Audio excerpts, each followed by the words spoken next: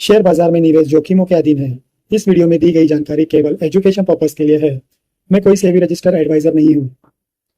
निवेश से पहले अपने वित्तीय सलाहकार से सलाह जरूर लें या अपनी रिसर्च खुद करें।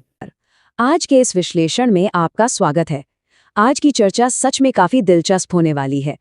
हम एक ऐसी कंपनी की जर्नी ट्रैक करने वाले हैं जो ग्राउंड लेवल के भारी भरकम इंडस्ट्रियल ऑपरेशन से निकलकर सीधे पब्लिक मार्केट की डेटा ड्रिवन दुनिया में एंट्री कर चुकी है।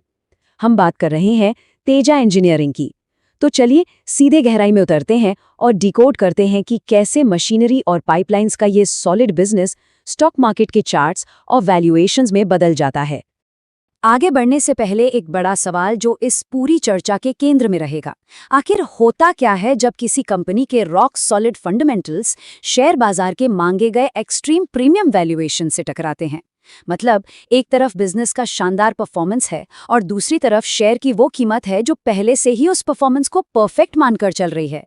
ये एक ऐसा टेंशन पॉइंट है जो किसी भी एनालिस्ट को सोचने पर मजबूर कर दे। तो आज के इस विश्लेषण का रोड मैप बिल्कुल सिंपल है। सबसे पहले हम तेजा इंजीनियरिंग के ग्राउंड ऑपरेशंस के अंदर झांकेंगे, फिर उनके फाइनेंशियल ग्रोथ और आईपीओ को समझेंगे। उसके बाद प्रीमियम वैल्यूएशन वाले पैराडॉक्स यानी विरोधाभास पर बात करेंगे और अंत में शेयर की कीमत में आई हालिया गिरावट का विश्लेषण करेंगे। चलिए शुरू करते हैं हमारे पहले भाग से, तेजा इंजीनियरिंग के ऑपरेशंस के अंदर। देखिए, सबसे इंटरेस्टिंग बात यह है कि तेजा इंजीनियरिंग कोई नया नवेला टेक स्टार्टअप नहीं है। ये गुजरात के भरूच में बेस्ड एक हार्डकोर इंजीनियरिंग कंपनी है जो 2004 से ऑयल, गैस और एनर्जी सेक्टर में जमी हुई है। ये लोग सिर्फ एडवाइस देने वाले कंसल्टेंट्स नहीं हैं, ये ग्राउंड पर उतरकर ऑपरेशंस और मेंटेनेंस करते हैं, सीएनजी कंप्रेसर का इरेक्शन और कमीशनिंग करते हैं और बड़े इक्विपमेंट्स की ओवरहॉलिंग संभालते हैं। आसान भाषा में कहें तो इस क्रिटिकल इंफ्रास्ट्रक्चर सेक्टर में ये बिल्कुल एंड टू एंड सॉल्यूशंस दे रहे हैं। अब जरा इस नंबर पर गौर कीजिए, 2927। मई 2026 तक इस कंपनी के पास इतने कर्मचारियों की वर्कफोर्स थी। इतनी बड़ी टीम होना खुद ब खुद ये साबित करता है कि ये बिजनेस सिर्फ कागजों या लैपटॉप स्क्रीन तक सीमित नहीं है। ये एक मैसिव लेबर इंटेंसिव ऑपरेशन है। इसे स्मूथली चलाने के लिए भारी मैन पावर और जबरदस्त ग्राउंड कोऑर्डिनेशन की जरूरत पड़ती है। कंपनी का फुटप्रिंट भी कोई छोटा मोटा नहीं है। भारत के 15 अलग अलग राज्यों में फैले हुए 300 से ज़्यादा सीएनजी कंप्रेसर प्रोजेक्ट्स और 550 से अधिक मेंटेनेंस यूनिट्स को मैनेज करना, ये अपने आप में एक बहुत बड़ा टास्क है। ये आंकड़े साफ तौर पर बताते हैं कि कंपनी एक बहुत बड़े और रियल एसेट नेटवर्क को हैंडल कर रही है। मतलब ग्राउंड पर इनका काम बिल्कुल सॉलिड है। अब ऑपरेशन से आगे बढ़ते हैं और आते हैं हमारे दूसरे भाग पर, कंपनी का वित्तीय विकास और उनका आईपीओ। यहाँ जो ग्रोथ ट्रैजेक्टरी दिख रही है वो वाकई में इम्प्रेसिव है। फाइनेंशियल ईयर 2023 में कंपनी का रेवेन्यू करीब 24.58 करोड़ रुपए था और सिर्फ 2 साल के अंदर फाइनेंशियल ईयर 2025 में ये उछलकर 55.22 करोड़ रुपए हो गया। यानी केवल 2 साल के छोटे से टाइम फ्रेम में कंपनी की टॉप लाइन डबल से भी ज्यादा हो गई। जाहिर है इस तरह की तेज ग्रोथ किसी का भी ध्यान खींच लेगी। और कहानी सिर्फ रेवेन्यू तक ही सीमित नहीं है, इनका बॉटम लाइन यानी मुनाफा भी काफी तेजी से बढ़ा है।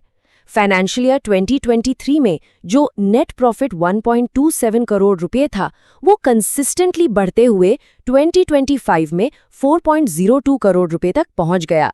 ये साफ दिखाता है कि जैसे जैसे कंपनी का स्केल बढ़ा, उनके प्रॉफिट मार्जिन्स भी काफी बेहतर हुए हैं। इसी शानदार फाइनेंशियल ट्रैक रिकॉर्ड के दम पर जुलाई 2026 में कंपनी ने अपना आईपीओ लॉन्च किया। ये एक एसएमई आईपीओ था जो एनएसई इमर्ज पर लिस्ट हुआ। इशू प्राइस था 220 रुपए प्रति शेयर और टोटल 37.36 करोड़ रुपए जुटाए गए। इसमें सबसे खास बात ये थी कि इस नई कैपिटल में से करीब 18.05 करोड़ रुपए सीधे तौर पर फ्यूचर कैपिटल इन्वेस्टमेंट्स के लिए एलोकेट किए गए थे। मतलब बाजार से उठाया गया पैसा सीधे कंपनी के एक्सपेंशन और ग्रोथ में लगने वाला था। लेकिन अब कहानी में एक ट्विस्ट आता है। चलिए चलते हैं तीसरे भाग की तरफ, प्रीमियम वैल्यूएशन का विरोधाभास। यहीं पर सबसे बड़ा पैराडॉक्स या कह लें विरोधाभास छिपा है।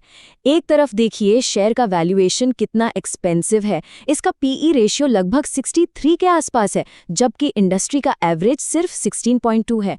प्राइस टू बुक तो 27 गुना से भी ज्यादा है। बाप रे। लेकिन दूसरी तरफ कंपनी के फंडामेंटल्स भी बहुत तगड़े हैं। इनका रिटर्न ऑन इक्विटी 32% से ज्यादा है, जो इंडस्ट्री के 11% के एवरेज को कहीं पीछे छोड़ देता है। रिटर्न ऑन कैपिटल एम्प्लॉयड भी 26% से ऊपर है। तो ये एक क्लासिक डिलेमा है, एक बेहतरीन परफॉर्म करने वाली कंपनी, लेकिन बाजार ने उसकी कीमत पहले से ही एकदम आसमान पर सेट कर दी है। इस बात को और अच्छे से समझने के लिए जरा इंडस्ट्री के दूसरे प्लेयर्स से इसका कंपैरिजन देखिए। तेजा इंजीनियरिंग 393.44 करोड़ रुपए के मार्केट कैप वाली महज एक माइक्रो कैप कंपनी है, लेकिन अगर आप इसके वैल्यूएशन मल्टीपल्स को टीम लीज या अपडेटर सर्विसेज जैसी जाइंट कंपनियों से कंपेयर करेंगे तो आप पाएंगे कि ये उनसे भी ज्यादा प्रीमियम पर ट्रेड कर रही है। एक छोटी कंपनी होने के बावजूद मार्केट ने इसे बड़े दिग्गजों से भी ज्यादा महंगी कीमत दे रखी है। तो ऐसे सिनेरियो में क्या होता है, इसी को समझने के लिए आते हैं हमारे चौथे और आखिरी भाग पर, शेयर की कीमत में आई गिरावट का विश्लेषण। तारीख थी 14 अगस्त 2026। इस दिन कंपनी के शेयरों में अचानक 8.66% की भारी गिरावट आई। ये कोई छोटा मोटा करेक्शन नहीं था। एक ही ट्रेडिंग सेशन में इतनी बड़ी और ड्रामेटिक गिरावट ने मार्केट में काफी हलचल मचा दी। अगर हम उस दिन के इंट्राडे एक्शन को डीकोड करें तो पिक्चर और भी क्लियर हो जाती है। शेयर 607.75 रुपए पर खुला, जो कि उस दिन का हाई भी था। इसका सीधा सा मतलब है कि मार्केट खुलते ही लगातार सेलिंग प्रेशर शुरू हो गया। ये प्रेशर इतना इंटेंस था कि प्राइस 550.1 रुपए के निचले स्तर तक गिर गया और अंत में थोड़ी रिकवरी के साथ 560 रुपए पर क्लोज हुआ। पूरे दिन एक तरफा बिकवाली का भारी दबाव बना रहा। अब इस गिरावट के कॉन्टेक्स्ट को समझना बहुत जरूरी है। उस दिन ट्रेडिंग वॉल्यूम लगभग 58,800 शेयर्स का था और टर्नओवर करीब 3.29 करोड़ रुपए रहा। इस भारी बिकवाली ने शेयर को उस दिन के टॉप डिक्लाइनर्स की लिस्ट में ला खड़ा किया। और सबसे ज्यादा हैरान करने वाली बात क्या थी, कंपनी की तरफ से कोई भी नेगेटिव खबर नहीं थी। ना कोई खराब रिजल्ट्स आए थे, ना कोई प्रोजेक्ट कैंसिल हुआ था, कोई स्पेसिफिक ट्रिगर था ही नहीं, फिर भी शेयर धड़ाम से गिर गया। और यहीं से हमें इस पूरे केस का सबसे बड़ा लेसन मिलता है। देखिए, जब किसी बिजनेस के फंडामेंटल्स बहुत अच्छे होते हैं तो मार्केट कभी-कभी उसे प्राइस्ड फॉर परफेक्शन वाले लेवल तक ले जाता है। ऐसे एक्सट्रीम प्रीमियम वैल्यूएशन वाले शेयर मार्केट के मूड या सेंटिमेंट में होने वाले जरा से भी बदलाव के प्रति बहुत ज्यादा सेंसिटिव हो जाते हैं। इसीलिए सिर्फ एक अच्छी कंपनी ढूंढ लेना ही काफी नहीं है। उस कंपनी की क्वालिटी, एंट्री प्राइस और पीयर्स के मुकाबले उसकी पोजीशनिंग, इन तीनों को एक साथ तौलना बेहद क्रूशल हो जाता है। तो इस पूरे एनालिसिस को देखने के बाद एक बहुत ही गहरा सवाल हमारे सामने आकर खड़ा हो जाता है। क्या माइक्रोकैप स्पेस में, जहां रिस्क नेचुरली काफी हाई होता है, सिर्फ अच्छे रिटर्न्स इन भारी भरकम प्रीमियम मल्टीपल्स को जस्टिफाई कर सकते हैं? क्या ऐसा तो नहीं कि बाजार इन छोटी कंपनियों से कुछ ज्यादा ही उम्मीदें लगा बैठा है? ये एक ऐसा सवाल है जिस पर हर इन्वेस्टर को गहराई से सोचना चाहिए। आज के इस विश्लेषण में बस इतना ही। ये था आज का डिटेल एनालिसिस। अगर आपको वीडियो पसंद आती है तो हमारे चैनल को अभी सब्सक्राइब करके लाइक बटन दबाना ना भूलें। अगला एनालिसिस आपको किस स्टॉक पर चाहिए हमें कमेंट बॉक्स में जरूर बताएं।